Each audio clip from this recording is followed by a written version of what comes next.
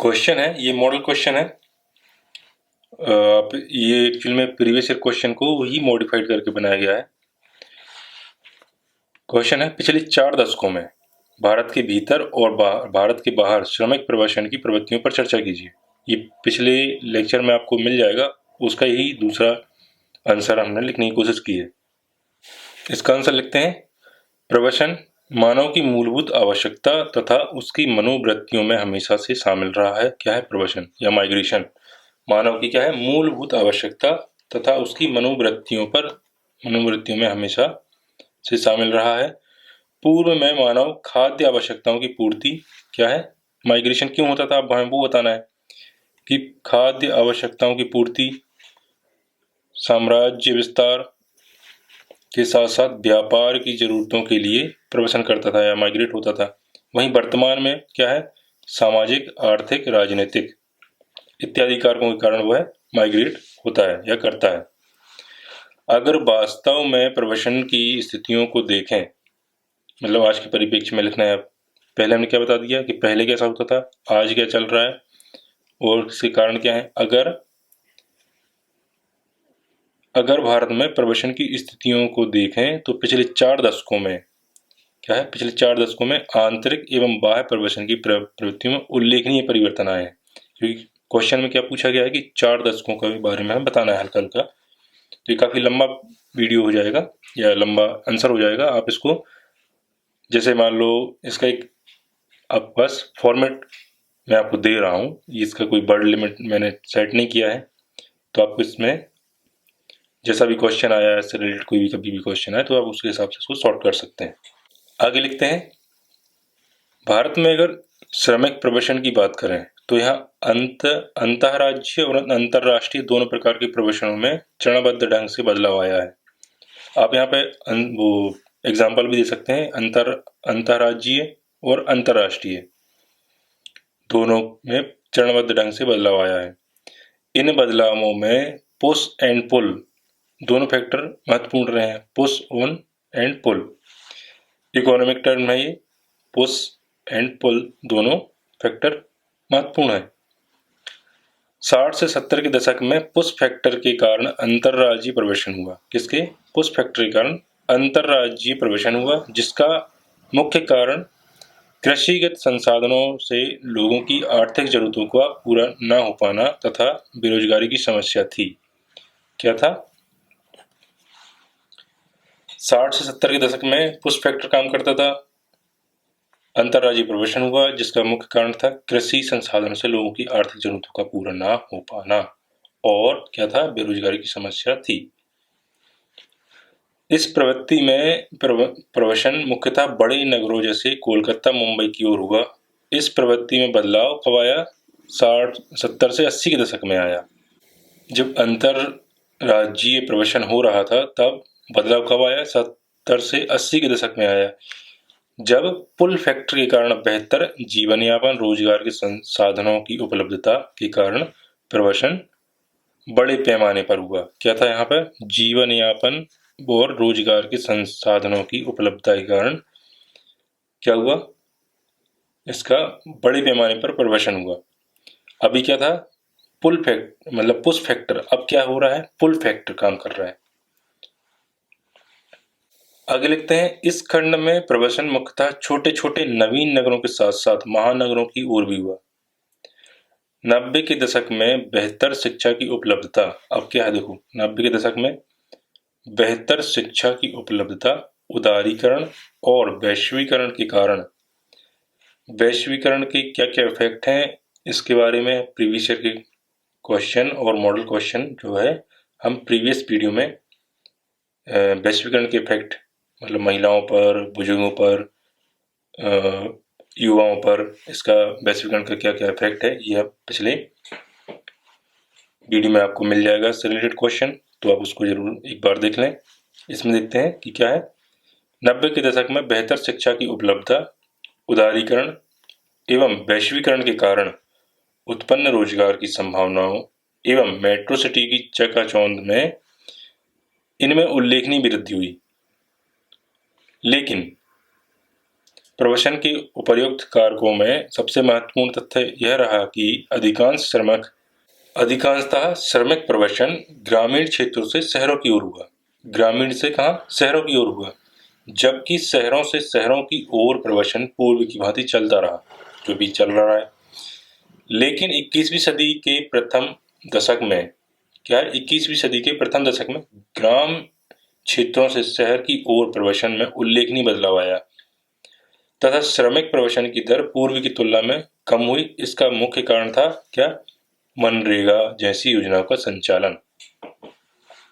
क्या था? मनरेगा की वजह से इसमें प्रवसन में कमी आई। आगे कंटिन्यू करते हैं कि वर्तमान में अगर बाध्य प्रवसनों के कारणों को देखें, क्या है? फोर्स माइग्रेशन, इसको बोलते हैं बाध्य प्रवसन या फोर्स माइग्रेशन, या मजबूरी में उनको जाना पड़ता है। के कारणों को देखें तो इसमें व्यापक मुख्यतः क्या है? राजनीतिक कारकों के चलते, राजनीतिक कारणों की वजह से इसमें क्या होता है? फोर्स माइग्रेशन होता है। वहीं बाद के समय में क्या है? आर्थिक जरूरतों की वजह से माइग्रेशन हुआ। इसमें सबसे ज्यादा योगदान क्या था? पुल फैक्टर का था।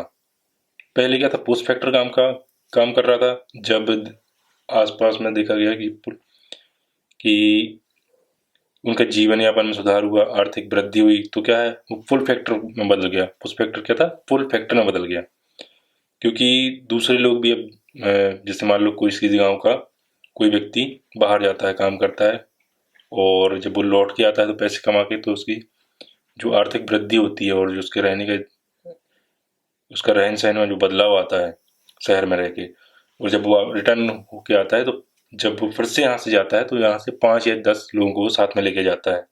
ये क्या कर ये क्यों होता है? क्योंकि फुल फैक्टर काम करने लगता है। क्यों?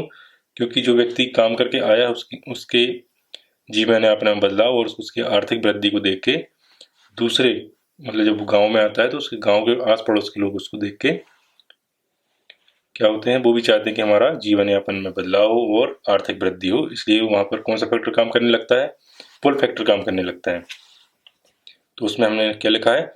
इसमें सबसे ज्यादा योगदान पुल फैक्टर का रहा है।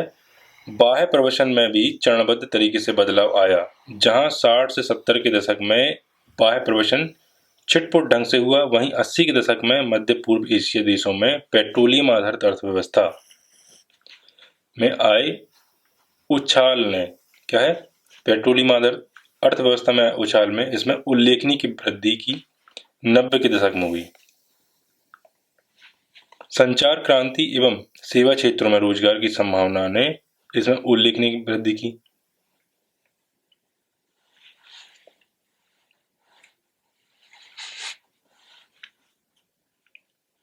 लेकिन इस अंतरराष्ट्रीय प्रवसन को भी 2 अलग धाराओं में देखा जा सकता है। भारत में बिहार, पश्चिम बंगाल और उत्तर प्रदेश जैसे राज्यों में जहां जनसंख्या घनत्व सबसे ज्यादा है या जनसंख्या वृद्धि अधिक है, गरीबी की प्रतिशतता में भी अधिकता है वहां पर। किंतु केरल जैसे राज्य जहां पर शिक्षा का उचित प्रसार हुआ, भारत में बिहार, पश्चिम बंगाल और उत्तर प्रदेश जैसे राज्यों में जहां जनसंख्या घनत्व और जनसंख्या वृद्धि अधिक है, साथ ही वहां पर जहां पर लोग ज्यादा है, मतलब वहां पर गरीबी की प्रतिशतता में भी अधिक है। किंतु केरल जैसे राज्य जहां पर शिक्षा का उचित प्रसार हुआ, क्या है? केरल जैसे राज्य जहां पर शिक्षा का उचित प्रसार हुआ, वहीं ऐसी स्थिति नहीं है। इसके विपरीत यह भी उल्लेखनीय है कि जिन राज्यों के प्रति व्यक्ति आय निम्न है, वहां पर प्रजनन दर अधिक है। यह हमने आप कहाँ इसमें देखा है? कि हमने नेशनल हेल्थ सर्वे जो अभी रिसेंट में निकला है, आप यहाँ पे लिख सकते हैं। यहाँ देखना है जिन राज्यों के प्रति व्यक्ति आय निम्न है, वहां पर प्रजनन दर अधिक है। तो आपको ये डेटा कहाँ मिल जाएगा? आपको national family and health survey में, जो रिसेंट में पब्लिश हुआ है, उसके अकॉर्डिंग या उसका एग्जाम्पल लेके आप भी इस बात को प्रूव कर सकते हैं। अब इसका निष्कर्ष लिखते हैं कि निष्कर्षतः यह कहा जा सकता है कि गरीबी और जनसंख्या वृद्धि में सह अस्तित्व पाया जाता है। क्या है? जहां गरीबी है वहां जनसंख्या अधिक है, तो सह अस्तित्व पाया जाता है। एक तरह अत्यधिक जनसंख्या संसाधनों पर दबाव बढ़ाकर गरीबी को बढ़ावा देती है, तो वहीं दूसरी तरफ गरीबी जनसंख्या वृद्धि के मुख्य रूप से योगदान देती है। इसके बारे में गरीबी जनसंख्या वृद्धि में मुख्य रूप से योगदान देती है, इससे रिलेटेड एक प्रीवियस ईयर क्वेश्चन और एक वीडियो सेपरेट जीएस पेपर 2 में, तो आप इसको एक बार देख सकते हैं, आपको प्ले लिस्ट में मिल जाएगा। ठीक है, आई होप आपको ये आंसर पसंद आया होगा। इसमें कोई मैंने वर्ड लिमिट सेट नहीं रखी थी, मैं इसको रैंडम लिखता गया। तो मिलते हैं, नेक्स्ट क्वेश्चन देखते हैं क्या है।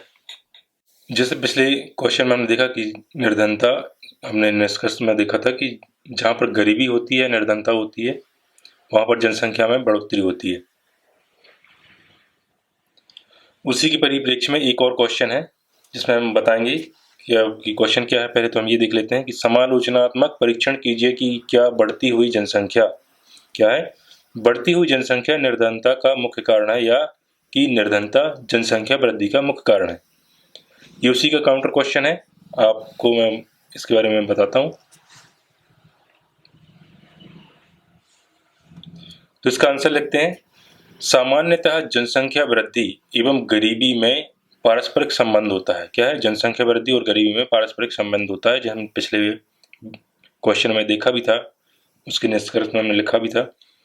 भारत जैसे देशों में भी यह बात लागू होती है। भारत देश में जनसंख्या वृद्धि और गरीबी, क्या है, भारत देश में जनसंख्या वृद्धि और गरीबी दोनों ही प्रमुख समस्याओं के रूप में विद्यमान है।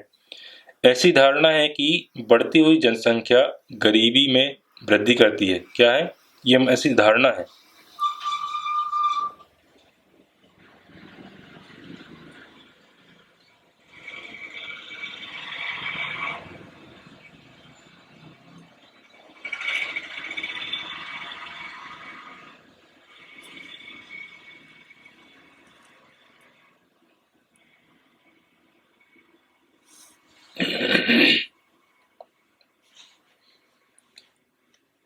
क्या है, ऐसी धारणा है कि बढ़ती हुई जनसंख्या गरीबी में वृद्धि करती है क्योंकि संसाधनों में वृद्धि उस अनुपात में नहीं होती जिस अनुपात में जनसंख्या वृद्धि होती है। इसकी पुष्टि माल्थस के जनसंख्या वृद्धि सिद्धांत से भी होती है। क्या है, माल्थस के जनसंख्या वृद्धि सिद्धांत से भी होती है, जिसमें उन्होंने बताया था कि संसाधनों की आपूर्ति, क्या बताया था माल्थस ने, कि संसाधनों की आपूर्ति जनसंख्या वृद्धि की तुलना में कम रहती है। संसाधनों की आपूर्ति जनसंख्या वृद्धि की तुलना में कम रहती है। अधिक जनसंख्या के कारण संसाधनों पर दबाव पड़ता है। यह बात एक हद तक सत्य भी प्रतीत होती है क्योंकि प्राकृतिक संसाधन सीमित हैं। इस प्रकार जनसंख्या में वृद्धि गरीबी का एक कारण है। हालांकि वर्तमान में इसे पूर्ण रूप से सत्य नहीं माना जाता क्योंकि विद्वानों के अनुसार गरीबी की समस्या, देखो विद्वानों क्या कहते हैं कि गरीबी की समस्या जनसंख्या वृद्धि से अधिक संसाधनों के असमान वितरण के कारण उत्पन्न होती है।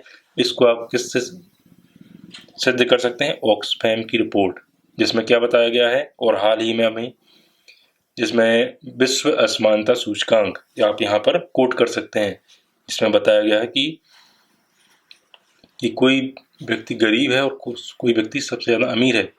अभी अगर हम चर्चा करें भारत के परिप्रेक्ष्य में, तो आपने देखा होगा कि रिसेंट में एक रिपोर्ट आई थी विश्व असमानता सूचकांक, जिसमें बताया गया था कि भारत में सिर्फ 10% लोग ही जो संसाधन हैं, मतलब उन्हीं के पास 10%, बाकी सब क्या है, वो निचले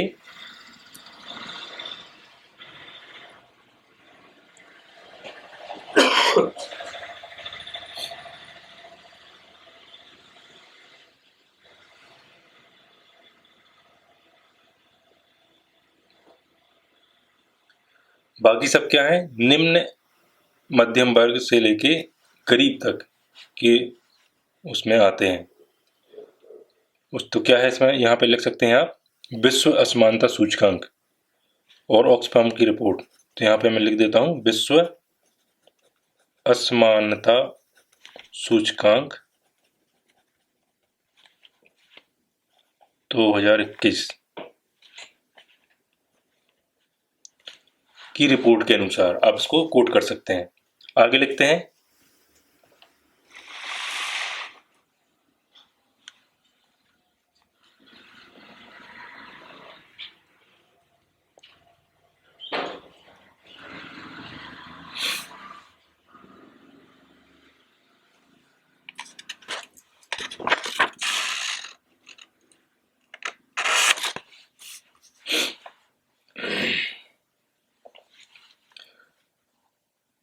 दूसरी तरफ यह भी कहा जा सकता है कि जनसंख्या वृद्धि का एक कारण गरीबी भी है। गरीबी के कारण शिक्षा सुविधाओं तक लोगों की पहुंच नहीं है। देखो अब कारण बताना है आपको, क्या है? जनसंख्या वृद्धि है तो क्या है? गरीबी है। गरीबी है तो क्या है? शिक्षा सुविधाओं तक पहुंच नहीं है, जिसकी वजह से क्या होता है? जिसके कारण उन्हें परिवार नियोजन के संसाधनों का उचित ज्ञान नहीं होता। इस बात को आप गलत भी साबित कर सकते हैं। क्या? किससे? यहाँ पे आप लिख सकते हैं, इसको गलत भी लिख सकते हैं। मैं बताता हूँ कैसे। कैसा? नेशनल फैमिली हेल्थ सर्वे जो अभी रिसेंट में आया है, उसमें बताया गया है कि लोग जानते हुए भी परिवार नियोजन या कॉन्ट्रासेप्टिव चीज़ों का यूज नहीं करते हैं व्हाइल हैविंग सेक्स। साथ ही अशिक्षा के कारण गरीब तो चलो समझ में आता है कि उनके पास शिक्षा सुविधा नहीं है और ना ही कॉन्ट्रासेप्टिव तक पहुंच है, क्योंकि वो गरीब भी हैं। कॉन्ट्रासेप्टिव चीज़ों को खरीदने में उनकी जमा पूंजी खर्च हो सकती है। इसलिए क्या है? गरीबी होती है तो जनसंख्या में वृद्धि होती है। लेकिन यहाँ पे हमने क्या लिखा था यहाँ पे कि शिक्षा सुविधाओं तक पहुंच नहीं होने के कारण उन्हें परिवार नियोजन के संसाधनों का उचित ज्ञान नहीं होता है। इस बात को आप गलत भी सिद्ध कर सकते हैं। अगर मान लो कभी भी ऐसा आता है क्वेश्चन कि शिक्षा सुविधाओं से की वजह से लोगों जनसंख्या वृद्धि हो रही, तो आप बिल्कुल नकार सकते हैं इस बात को, क्योंकि रिसेंट की नेशनल फैमिली हेल्थ सर्वे में उन्होंने लिखा है कि लोग, कितने लोग? 90%, कितने? 90% लोग जानते हुए भी कि यदि हम कॉन्ट्रासेप्टिव चीज़ों का यूज़ करेंगे तो परिवार नियोजन हो सकता है या परिवार नियोजन होता है। तो इससे रिलेटेड एक शॉर्ट वीडियो मैं आपको यहाँ पे लिंक कर दूंगा, साइड में आप देख लेना, इधर कहीं आएगा आई बटन में, आपको पता चलेगा कि उसमें मैंने बताया है कि 90% लोग जानबूझकर क्या कॉन्ट्रासेप्टिव चीज़ों का यूज़ नहीं करते हैं। तो ये बात आप यहाँ पे लिख सकते हैं कि शिक्षा सुविधा होने के बाद भी लोग क्या है? परिवार नियोजन या कॉन्ट्रासेप्टिव चीज़ों का यूज़ नहीं करते।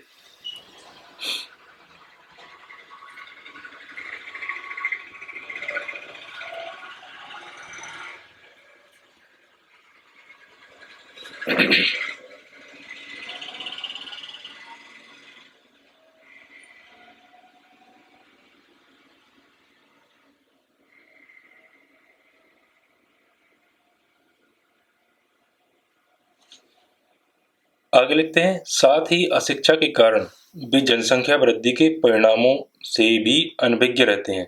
क्या है? जनसंख्या वृद्धि के परिणामों से अनभिज्ञ रहते हैं। ये बात सही है। एक दूसरा कारण यह भी है कि गरीब अपनी जनसंख्या वृद्धि भी इसलिए बढ़ाते हैं ताकि परिवार में आजीविका कमाने के लिए अधिक से अधिक लोग हों। इसके साथ ही गरीबों में बाल विवाह की प्रवृत्ति भी देखी जाती है।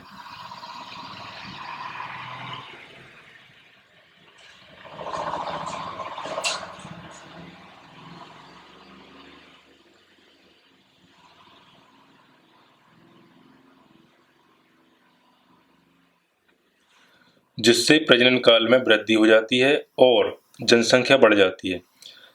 इसको अगर अन्य संदर्भ में देखें तो जनसंख्या वृद्धि से रोजगार के अवसर की सुलभता कम उपलब्ध हो पाती है, जिसके चलते क्या होता है?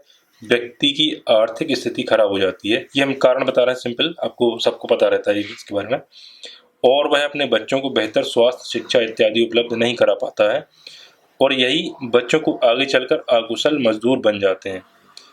ये लोग पुनः अपनी आय बढ़ाने के लिए परिवार बढ़ाने पर जोर देते हैं।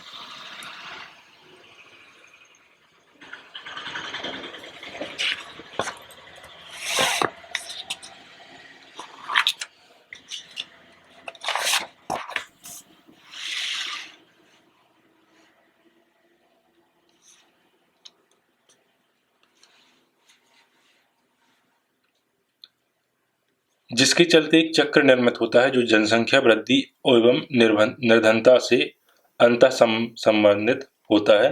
भारत के संदर्भ में ये बातें देखी जा सकती हैं, क्योंकि यह हालांकि पिछले कुछ वर्षों में शिक्षा के प्रसार से इसमें कमी आई है। इसको भी आप कैसे? नेशनल फैमिली हेल्थ सर्वे 5 के अकॉर्डिंग आप इसको प्रूव कर सकते हैं, या आप यहाँ पे कोट कर सकते हैं स्टार्ट में कि नेशनल फैमिली हेल्थ सर्वे के अकॉर्डिंग मतलब क्या देखा गया कि भारत के संदर्भ में ये एक बात देखिए कि कुछ वर्षों में शिक्षा के प्रसार से इसमें कमी आई है। ये तो था गरीबी के कारण जनसंख्या में वृद्धि या जनसंख्या वृद्धि के कारण गरीबी का आंसर। आई होप आपको ये पसंद आया होगा, तो मुझे कमेंट करके जरूर बताइएगा। चैनल को सब्सक्राइब कीजिएगा और इस वीडियो को लाइक कीजिएगा।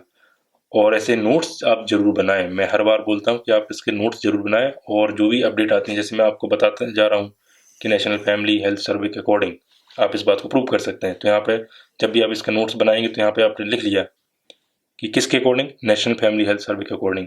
जैसे मैंने पिछले उसमें बताया कि ऑक्सफॉर्म की रिपोर्ट के अकॉर्डिंग।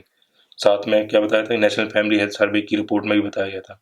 साथ में मैंने क्या बताया था कि विश्व असमानता सूचकांक, जो मैंने बीच में कोट किया था।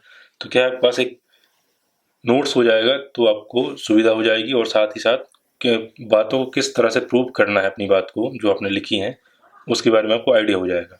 तो ऐसे ही वीडियो के लिए आप चैनल को सब्सक्राइब कीजिए। मिलते हैं नेक्स्ट वीडियो में।